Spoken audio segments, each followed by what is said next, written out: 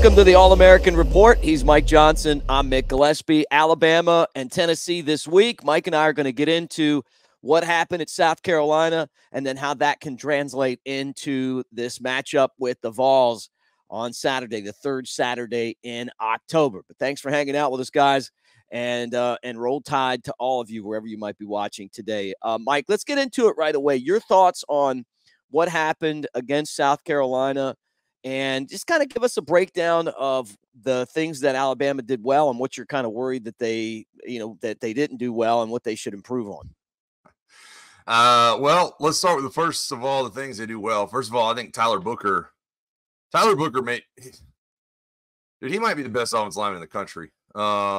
He's playing at an unbelievable level. Obviously, you know me, man. When my eyes go to the football game, I get trained on the offensive line, specifically the left side of the line of scrimmage. I think Caden Proctor continues to play well. I think Parker Brailsford continues to play well. The right side of the offensive line, good at times, great at times, bad at times. So it's kind of hit or miss over there. I know that we, had a switch at right guard in the middle of the game.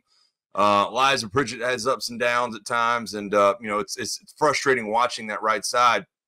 I also thought that they were getting good push, specifically on the left side. Man, you and I talked about this last week. It frustrates me how little we seem to be attempting to run the ball up the middle. I don't understand, man. I talked about patience last week in this game. I think you're getting such a good kind of push up front. I don't think our running backs run with much patience, allowing that hold to kind of develop. And I don't think our offense coordinator calls plays in the run game with much patience. It's just like everything is a track meet, you know what I mean? And so that's kind of frustrating. But I honestly, initially after I watched the game, I did not think Jalen Milroe played well. I still don't know that he played well. And obviously there's a number of situations he'd love to have back, the safety, the pick right before halftime, the other things that, the turnovers. But he threw the ball decently. I went back and watched it again. I thought, Milroe didn't play as bad as I thought he did. I thought he did some nice things. And that's kind of where the good kind of continues to stop. Now, I actually thought we played a better brand of football defensively. But there's a couple of things, Mick, that continue to stand out to me. Number one, it seems like we're kind of backing down from contact at times, which is the most concerning thing about this entire season, all wrapped up into one for me. It just seems like guys in the secondary, it's, some business decisions. I don't know if they're pulling up because they don't want to get a penalty or what it is, but kind of shying away from contact. Our linebackers continue to do some things that frustrate me. They're thinking a lot. Our guys at the linebacking core are obviously very physically gifted. They're thinking a lot, having trouble diagnosing things, overrunning plays, not fitting the gaps very sound. Now, the good news, you go back to the good. I think our defensive line is pretty good. I think there was a couple of times, some of the guys taking on, pullers up front on the edge, not great. But I think overall the defensive line played at a high level. So, I mean, we can pick it apart from top to bottom, Mick, if you want, and kind of, go through the game. But I feel differently about this game than I did against Vanderbilt. And neither game, obviously, is what you want to see from Alabama. Yet, when you look at them, they played out completely different, right? I mean, Milroe played very well against Vanderbilt. I continue to have struggles, with the run game calls and things like that. Milroe played very well. Milroe played an efficient brand of football against Vanderbilt. We just got beat defensively. I thought a lot of it had to scheme, and I thought, well, it makes sense that our linebackers are having trouble kind of diagnosing the scheme of Vanderbilt. They do it really, really well. And yet now it's happened again, and now I'm starting to look at it, well, maybe we're not. Maybe schematically we're having trouble diagnosing things. So, I hate to start this show and go off on a 10-minute monologue about Alabama against South Carolina, but right. I just, as you talk about it, different things start to pop up. Situational football, Mick. Situational football, man. We struggle with situational football right now, and that's concerning nonetheless. But talk to people all week and get different opinions top to bottom. So I'd love to hear your opinion on it as well. I know that you were frustrated watching the game too, and it's just not what we've grown accustomed to. Well, I'll say this. First off, the bottom line is that I want to have one more point than the other team, you know. I mean, and you and I, we've worked together for years, and you know, I've said that a million times, right? I mean, and the frustrating part is if you play like that, you're not going to have one more point than the other team a lot. But Bama was lucky. They got 4 turnovers in the game. The 4 turnovers are why they won. Everything else, South Carolina did better than Alabama, except the turnovers. And the turnovers, obviously, we talked about that. Everybody knows that. Turnovers win football games or lose games, depending on what end you are on it. I think that Kalen DeBoer is a coach who has coached in a lot of close games, and it's kind of something that he's good at, you know, winning close games. But this past game was luck. I mean, it was just pure luck. I mean, you don't get the onside kick. It was frustrating. But then when you go back and start thinking about, are you saying luck from South Carolina standpoint or luck from Alabama standpoint? But Bama's standpoint, I thought Bama got lucky. Look, the onside kick, they make a couple plays and then they kick. They recovered an onside kick. You're telling me they didn't get a little bit lucky and recover an onside kick? You're gonna put that right on Bama and say Bama got lucky. Okay, let me ask you this, because this is a good debate. Why did we look so terrible on that onside kick? Now that goes back to my situational football comment. Now, like and this is the number of things you can kind of lump into one. All right, we look bad on the onside kick. We look bad on the 4th down touchdown they scored. Yeah. We look bad when Jalen Miller throws the pick with 6 seconds left in the half, and that leads directly to 3 points. We look bad on Jalen Milroe throwing it out of the end zone for a safety. Yeah. I mean, honestly, we look bad. I know there's been some back and forth about the last play, the interception, momentum carrying in the end zone. Damani Jackson runs the ball out. He's still running around on the field with zeros on the clock, right? Get down. I'm losing my mind. My wife got mad at me because she's holding our daughter who's 2 years old, and I'm screaming, why are we still running? You know what I mean? I get it. Hey, but I don't want to get a safety. I don't know if it's my momentum or anything. I'm going to run it out. The clock's at 0. All right, let's get down. So, and that goes back to your point about the onside kick. We did a lot of things well in this game, but those things right there that I'm talking about are exactly what lose you football games. And to your point, it's not all luck involved from either standpoint. It's just bad execution at times by Alabama. Mm-hmm. So how do they take that and then move it forward to Tennessee? The bad stuff, obviously, they got to do a better job buttoning it up. But what were the good things that you saw that they can take from this game and apply it to Neyland Stadium? Well, I don't know that there's anything directly. I think it's all just a learning process, right? I mean, once you've seen certain things, and then you can go back and watch film, kind of diagnose them. You know, I used to diagnose tape in my head. I used to, I'd lay in bed and I'd think, well, what we do in that situation? What we do in that situation? Why does my hand placement feel like that? And I would lay down, and that was where sometimes your best stuff comes along, because you think, man, I should have done that. Why didn't I make this call for that safety rolling down in the box? Why didn't we press one more linebacker over? Why did that happen? So I think, and that's what experience is, right? When you talk about a football player, well, experience is key. Yeah, I mean, there's no doubt about it, man. When you play, and both of these are new schemes. Now, don't forget, we have very good players, but these are both new schemes offensively and defensively. I think Diego Pavia is a great example for Vanderbilt, right? Guy's been in that scheme for years. He does it really, really well. You know what I mean? So I just think it's one of those things where schematically, right, the more games you play inside of these schemes, hopefully the more things you can carry over. Hey, we've seen that look. Hey, we've created that tunnel. We attacked that screen in that way. I shedded this block when I should have gone that way. I'll learn from that, right? And I hope that's what's happening at the linebacking core. I hope that's what's happening along the offensive line. Those units that really have communication at its core and have some thinking to go along with it. I hope that's what's happening. But like I said, I don't know that the actual scheme from South Carolina is what crushed you. Really? I mean, there were definitely some bad things at times. Mm-hmm. But when you look at just down in and down out, like first, second, third down for the Alabama defense, it wasn't awful. Right? They're gonna hit the long touchdown on the 4th down. Okay, they got you, right? But I think when you just go down to down, it's not bad. Now, turnovers can't happen. Thankfully, you force some, kind of evens that out, and that's why you saw such a close game at the time. But here's the good thing: What can you carry over to Tennessee? Nico Iamaleava turned the ball over a few times too, right? And so I think if you can continue down that path defensively, be opportunistic, maybe learn some things about the way you were attacked on some of those vertical routes, and just play with the level of physicality that feels like you have your back against the wall. I think there's going to be a lot to come from that. Guys, thanks for hanging out with us here on Cover Crimson. Make sure that you like and subscribe. You're doing that, and we appreciate it, and we love you for it. And thank you for being part of our YouTube channel as we've tried to take this to the next level by adding, game changers like Mike and the All-American Report. We're brought to you by mybookie.ag. Use the promo code NEXTROUND to double your initial deposit. That's mybookie.ag.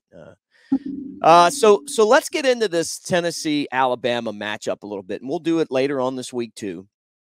But going back in your mind, you come from the beautiful city of Pensacola, right there, right there in the Gulf of Mexico, and you come to Alabama as a kid, a Florida State fan, a Bobby Bowden fan, which would have been easy to do there because it's either Alabama or Florida State, but you end up coming to Bama, changes that instance. And you're like, okay, these rivalries, this Tennessee rivalry. Right. What do you know about this rivalry, and what was it like playing in it? Well, first of all, I didn't know it was a rivalry until I'm playing like NCAA 04 as a recruit. I'm like, man, what rivalry game? Why is my controller rumbling? You have those certain situations, back then, and you're kind of figuring it out there. I grew to really understand, and look, man, when I first got in this rivalry. 2005, I guess, would have been was that the 6-9 game or 6-3, won by field goal? DJ Hall makes a big play at the end of the game. I'm looking at Tennessee at that point, and I'm looking at obviously, Phil's there, and there's massive. I mean, the most massive offensive line that I ever imagined I would see. And I remember thinking, how do those guys ever lose a football game? This is 2005 Tennessee. Like, how do they ever lose a football game? And then we beat them. And I was like, man, that was like we scratched and clawed for that. Obviously in my 5 years in Tuscaloosa, we lost one time to Tennessee. And I didn't play as much. Obviously I got redshirted in 2005. Then you start to kind of play a little bit in these games. 2007, I'll never forget, man. We get we're huddled up the night before, and we find out that we lost 5 guys to the textbook scandal, which honestly, in hindsight, seems absolutely absurd that this happened. Basically, what these guys did, they essentially used the textbook thing and rented textbooks for their friends, 3 or 4 people, girlfriends, whatever, and then at the end of the semester, they give the textbooks back.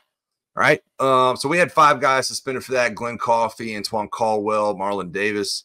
Guys that obviously that were very important to us. And we go out there against a good Tennessee team the next day in 07 and deal with freaking business.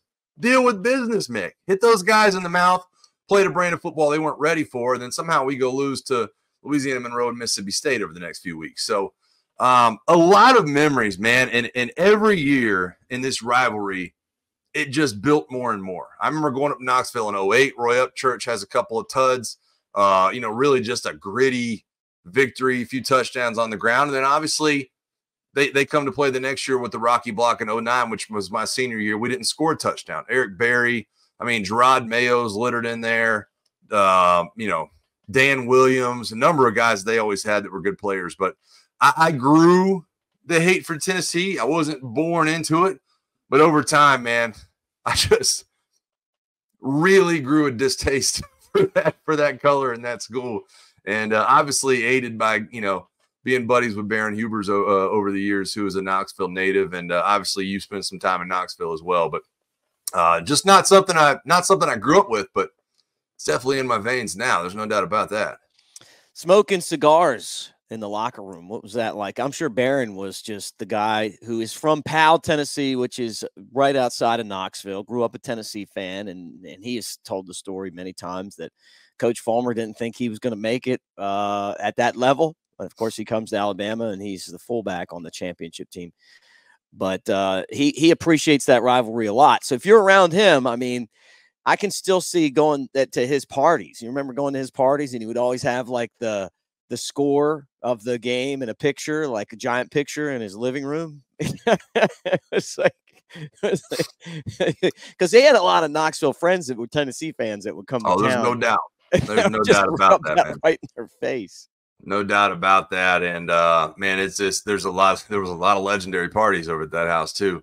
But it was a lot of fun because he allowed you to kind of understand what the rivalry was. I mean, you look at all the Barron's pictures from his childhood. He's just orange out. He looks like he's in prison. You know what I mean? He's just an orange jumpsuit from head to toe, man. Him and his dad, Kevin, and obviously the rest of their family. So a lot of fun with that. But I mean, yeah, he tells a story about Philip Fulmer and not thinking he'd have it. And I mean, it is what it is, man. It's funny to think back on those opportunities and those times because I didn't get it all. You know, I didn't know much about the history of Alabama. I didn't understand the Philip Fulmer thing and everything that comes along with it and the history of that rivalry and the third Saturday in October and the smoking cigars. I don't even know, Mick. I mean, I don't even know that I understood.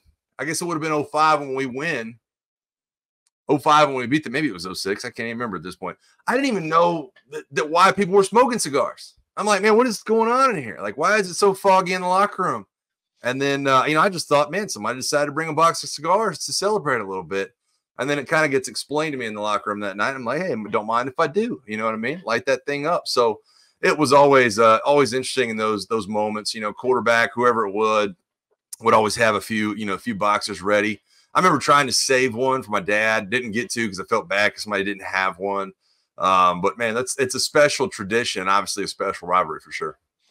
Yeah, our friend Reagan over in Ardar Cigars has been so kind to us over the years with the Stogs, and sells he's got his Victory cigars and everything over there, and I actually watched the game last year from there, which was pretty fun. You know, I mean, if you're not going to be at the stadium, why not be at a cigar place? I bet there's good people watching it, man, in the middle of that game. Whoever thinks they're going to win, showing up and just shelving out just boxes of them, I'm sure. It's amazing. It's like Black Friday all week too. I'm sure that's like cigar places around the entire state, you know, and in Tennessee too. You got to meet your quota that week or you don't make it the rest of the year. You know what I mean? Were you surprised that Bama was a favorite in this game? 2.5 points right now, and it could fluctuate 1.5, 2, somewhere in there. But I'll be honest with you. I figured if I was making the line, I would have had Tennessee as a favorite. No, and here's why, man. As much issue as we might take with Alabama and the way they've looked at times, this is still a team that averaging, almost 40 points a game. And you look at Tennessee, they face off last week with, let's be honest, Florida, the 16 teams, is probably like the 14th best defense. I mean, just being honest with you. Tennessee turns the ball over, obviously, a number of times. They score what? They go to overtime, tied at 17? Tied at 17 with Florida? I mean, look, man, they still continue to do things that I think scare you. If you're Alabama defensively, I think Tennessee runs the ball well. I know that Josh Heupel, it's like, well, they're going to throw the ball on you. No, dude, they're going to run the ball on you extremely well too, and they're going to rack up numbers. Thought they struggled at red zone opportunities. But point being, when you score 17 against Florida, right, and as bad as we think Bama might be at times, as explosive as they are offensively, and they are still explosive offensively, all right, with all the other stuff going on that team, they can score points with the best of them. I'm good with Alabama being a favorite. I think that is Vegas saying, look, we understand that it's an away game and all the other stuff, but man, Bama's still they're able to put it up there. I think the line's actually perfect, to be honest with you, because there's just so many questions around both of these teams. There's so many questions around the efficiency of both of these teams. There were times that Florida ripped off huge gainers against Tennessee. There were times Tennessee playing Arkansas where Arkansas straight up bullied Tennessee. And I mean bullied them up front in the interior of their offensive line. So it's about right for me. When you look at the way Bama's defensive line plays, I think they actually match up pretty well.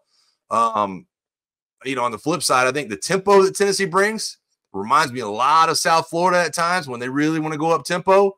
That really gave Bama some problems as well. Like I said, getting settled into this new defense and play calls and whatever else it is, that can be scary. So I think it's about right, man. I think it'll settle in, maybe even at a pick 'em at some point. But Bama's slight favorite just because they can score at any given moment. Okay. All right. Final thing on this show today.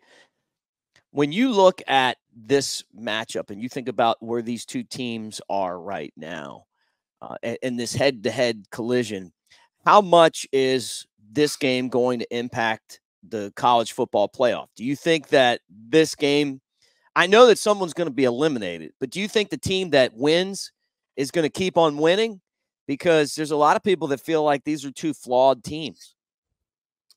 I don't think it's as simple as that. I don't know that it's going to be as simple as that for Alabama, right? And it's the same thing with Tennessee. I think when you're a Tennessee fan, and I think we all have a tendency to do this, right? I mean, I think Ole Miss did this. They had Kentucky circled for a win. It didn't happen. You know what I mean? So I think it happens week in and week out. And really, when you look at the schedule, you go, well, we've beat Tennessee, 17 of the last 18 years or whatever it might be. And it's like, we should be able to pencil that one in. I don't know that this one carries any significant past this weekend. And there's a number of reasons for that. I know it's an expanded playoff. You start looking around the country, and we were having this conversation this morning on the radio. There's a chance that if the Big 12 champion has a hiccup along the way, that you could see like Army playing Navy in the American Conference Championship game, possibly if they're still undefeated, getting a 4 seed over the Big 12 champ. All right, and then the Big 12 champ and Iowa State, BYU, whoever it is, getting slid back all the way to like a 12 seed just because of how bad their schedule is, right? Army still has to play Notre Dame. There's a number of hiccups in that. But I think as you start to look at it, right, Bama has the win over Georgia. Georgia's going to play Texas this weekend.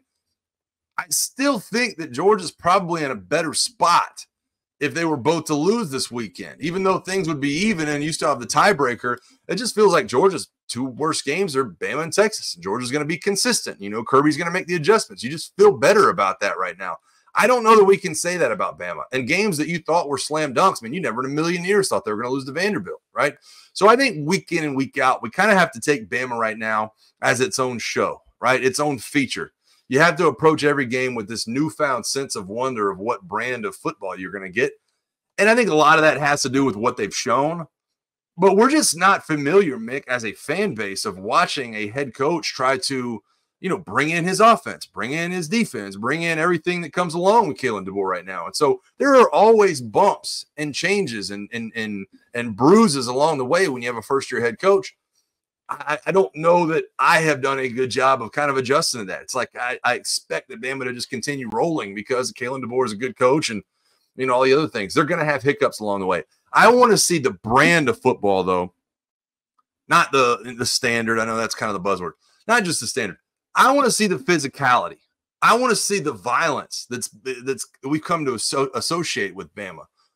That's, to me, what will be the marker of what the rest of the season is going to be like.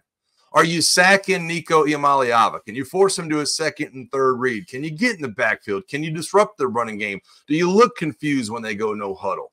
I think all of those things, not turning the ball over on offense, showing freaking patience in the run game. And I'm talking about play caller and running back. Show patience in the running game. Run it between the tackles. If suddenly we can start running counter and Justice Haynes can wait a half step and explode through the hole, maybe shake somebody at the second level. I don't know. I don't want to get too crazy here because I'm a massive Justice Haynes fan, but it's like, is it just a track meet? Are we just running as fast as we possibly can every time we get the ball and just running straight into contact? Or are we going to wait for a hole to develop? We're going to make somebody miss. We're going to, angle up a safety. So I think all those things, the bare bones of what Alabama does is going to tell me a lot about what the rest of the season will be like because, like I said, I looked through this game this past weekend way different than it against Vandy. I thought Vandy just beat you. I thought against South Carolina, you almost beat yourself. And there is a huge, huge difference in those two things. I want to see Bama get back to playing a brand of football that forces other teams to beat you and beat you up and out physically. And that's what I'll have my eye on this weekend because I think the opportunity is there against Tennessee. Well said, my friend. Well said. A lot to chew on here. We'll be back, I guess, later this week. So you guys will know that right here, the All-American Report. He's Mike Johnson. I'm Mick Gillispie. Show's brought to you by MyBookie. Use the promo code MyBookie.ag to double your initial deposit. Excuse me. Use the promo code next round at MyBookie.ag to double your initial deposit. That's MyBookie. Hey, man, you got to come up here this weekend and bring me some cigars or what? We're gonna do this thing. I mean, let's do it. You're always talking that noise, man. I'm ready to have a stogie with you. Come on, Why man. don't you come down to the tailgate show is going to be. Well, I got to work this weekend, but okay. that's a whole different thing. Just telling you, we're going to be down at the beach, Orange Beach. I got somehow roped into doing I'm in Atlanta. I got roped into doing a Georgia-Texas pregame event. So I'll be around a lot of Georgia and Texas fans, which probably won't be fun, but hopefully I'm enjoying a cigar right in their face. How about that? I'll be pulling for Georgia this week. I will be pulling. You think so? I will be pulling for them. Yep. I don't know, man. Why are you pulling for Georgia this week? Because we beat them already. So let them win. Makes our win a little bit better. And it brings Texas back down to earth. Yeah. I like that. Let me ask you this really quick before we get off, because somebody asked me this question. How hungry are you for Bama to play in the SEC championship game? Not very hungry, as long as they make the playoff. Right. It almost seems like a penalty, doesn't it? Yeah, it is. Like the way you look at Bama, you're like, man, I want that SEC title. And you see him play the last couple of weeks, you're like, I don't know that I want that smoke right now. Let's see him get the ball on. Let's see if we can get through Tennessee and make the playoff and see if we can make something happen, man. It's just, I don't know. I feel like Georgia fans feel the same way. They're like, man, I don't know that I don't know if I want to play. It seems like a penalty at this point to play in the SEC championship game with all the good teams. So we'll see what happens, man. But that's been a funny conversation for sure. Yeah. All right, we'll talk later this week. CoverCrimson.com. Right now, sign up $1, be part of what we're doing. And if you get the annual subscription, you get the Cover Crimson t-shirt. So please be part of what we're doing. Roll Tide, everybody, and we will talk to you again later this week.